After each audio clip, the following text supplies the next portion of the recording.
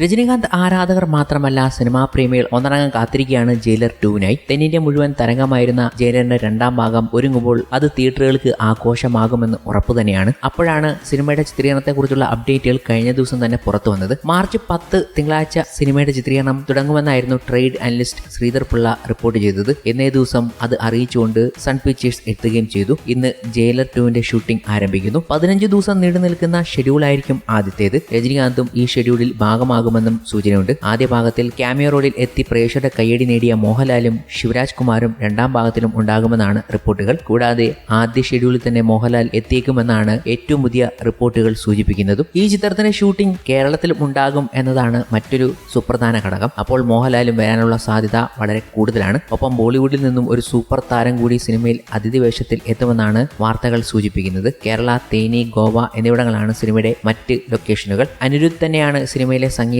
ഒരുക്കുന്നത്. സൺ പിക്ചേഴ്സിന്റെ ബാനറിൽ കലാനിധി മാരനാണ് സിനിമയുടെ നിർമ്മാണം. തമിഴകത്ത് ഒരുങ്ങുന്നതിൽ ജയിലർ 2 മാത്രമല്ല ഏറ്റവും ഹൈപ്പുള്ള സിനിമ എന്ന് പറയേണ്ടതുണ്ട്. കാരണം മറ്റൊരു സിനിമ കൂടി ഏറ്റവും ഭീകരമായ ഹൈപ്പിൽ ഒരുങ്ങുന്നുണ്ട്. തെന്നിന്ത്യയിൽ തന്നെ ഏറ്റവും ഹൈപ്പുള്ള സിനിമകളിൽ ഒന്നാണ് മണിരത്നവും കമൽഹാസനും ഒന്നിക്കുന്ന തഗ് ലൈഫ്. സിനിമയ്ക്കായി തമിഴകം മുഴുവൻ കാത്തിരിപ്പിലാണെന്ന് പറയുകയാണ് നടൻ മാധവൻ. ഇപ്പോൾ വർഷങ്ങൾക്ക് മുമ്പ് ഈ കൂട്ടുകെട്ട് ഒന്നിച്ചപ്പോൾ ഇന്ത്യൻ സിനിമയിലെ എക്കാലത്തെയും മികച്ച സിനിമകളിൽ ഒന്നാണ് പിറന്നത്. അവർ രണ്ടുപേരും വീണ്ടും ഒന്നിക്കുമ്പോൾ അതിലും മികച്ച സിനിമ പ്രതീക്ഷിക്കുന്നതായും നടൻ പറയുകയുണ്ടായി. ഒരു ചാനലിനോട് സംസാരിക്കുകയാണ് അദ്ദേഹത്തിന്റെ ഈ വാക്കുകൾ എത്തിയത്. തഗ് ലൈഫ് എന്ന സിനിമയുടെ കാര്യത്തിൽ താൻ വളരെയധികം എക്സൈറ്റഡ് ആണ്. താൻ മാത്രമല്ല, തമിഴ് സിനിമാ വ്യവസായം മുഴുവൻ ആ സിനിമയ്ക്കായി ആകാംക്ഷയോടെ കാത്തിരിക്കുകയാണ്. അപാരമായ അറിവുള്ള ഇതിഹാസ തുല്യരായ രണ്ടുപേരാണ് കമൽഹാസനും മണിരത്നവും. ഇതിനു മുമ്പ് ഇവർ ഒന്നിച്ചപ്പോൾ ഇന്ത്യൻ സിനിമയിലെ എക്കാലത്തെയും മികച്ച ചിത്രങ്ങളിൽ ഒന്നാണ് ലഭിച്ചത്. വർഷങ്ങൾക്ക് ശേഷം അവർ രണ്ടുപേരും വീണ്ടും ഒന്നിക്കുമ്പോൾ പഴയതിനേക്കാൾ മികച്ച ഒരു സിനിമ തന്നെ പ്രതീക്ഷിക്കുന്നുണ്ട് എന്ന് മാധവൻ പറയുകയുണ്ടായി. ചിത്രം ജൂൺ 5 തിയേറ്ററിലെത്തും. നീണ്ട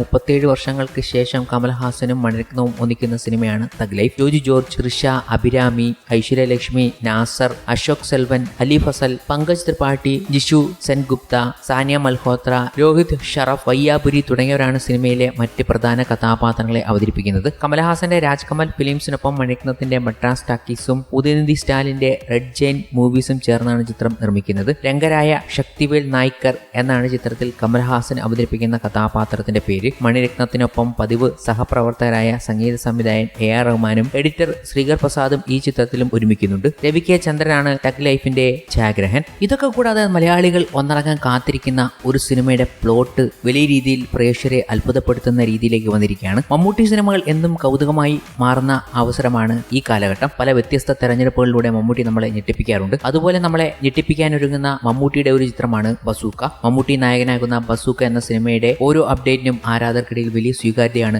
ലഭിക്കാറുള്ളത്. ഈ വർഷം ഏപ്രിൽ 10 ചിത്രം തിയേറ്ററിലേക്ക് എത്തുക. റിലീസിന് ഒരു മാസം മാത്രം ബാക്കി നിൽക്കെ സിനിമയുടേത് എന്ന പേരിൽ ഒരു കഥാസാരം സാമൂഹ്യ മാധ്യമങ്ങളിൽ പ്രചരിക്കുകയാണ്. കൊച്ചിയിൽ വമ്പൻ കുറ്റകൃത്യങ്ങൾ നടത്തി ഭീതി പടർത്തുന്ന ഒരു സൈക്കോപാത്തിനെ പിടികൂടാനുള്ള ശ്രമങ്ങളാണ് ബസൂക്കയുടെ കഥ എന്നാണ് റിപ്പോർട്ട്. വോക്സ് സിനിമാസിന്റെ വെബ്സൈറ്റിലാണ് സിനിമയുടെ പ്ലോട്ട് നൽകിയിരിക്കുന്നത്. വീഡിയോ ഗെയിമിന്റെ പശ്ചാത്തലത്തിൽ കഥ പറയുന്ന ചിത്രത്തിൽ യഥാർത്ഥ ലോകവും അവിടുത്തെ സംഭവങ്ങളും ഗെയിംസുമായി കണക്ട് ആവുന്ന ചില സന്ദർഭങ്ങളുമുണ്ട്. ഗെയിമിംഗ് ആയാലും യഥാർത്ഥ ലോകത്തായാലും ആരാണ് ശരിക്കും കാര്യങ്ങൾ നിയന്ത്രിക്കുന്നത് എന്നുകൂടി ചിത്രം അന്വേഷിക്കുന്നുണ്ട് എന്നും വെബ്സൈറ്റിൽ നൽകിയിരിക്കുന്ന പ്ലോട്ടിൽ പറയുന്നു. 2 മണിക്കൂറും 31 മിനിറ്റുമായിരിക്കും ചിത്രത്തിന്റെ ദൈർഘ്യമെന്നും റിപ്പോർട്ടിലുണ്ട്. സിനിമ അനലിസ്റ്റുകളായ സൗത്ത്വുഡ് എക്സ് പ്ലാറ്റ്ഫോമിലൂടെ സിനിമയുടെ റണ്ണിംഗ് ടൈം സംബന്ധിച്ച റിപ്പോർട്ടുകൾ പുറത്തുവിട്ടിരുന്നത്. എന്നാൽ ഇതിൽ മാറ്റങ്ങൾ ഉണ്ടാകാൻ സാധ്യതയുണ്ടെന്നും റിപ്പോർട്ടുകളുണ്ട്.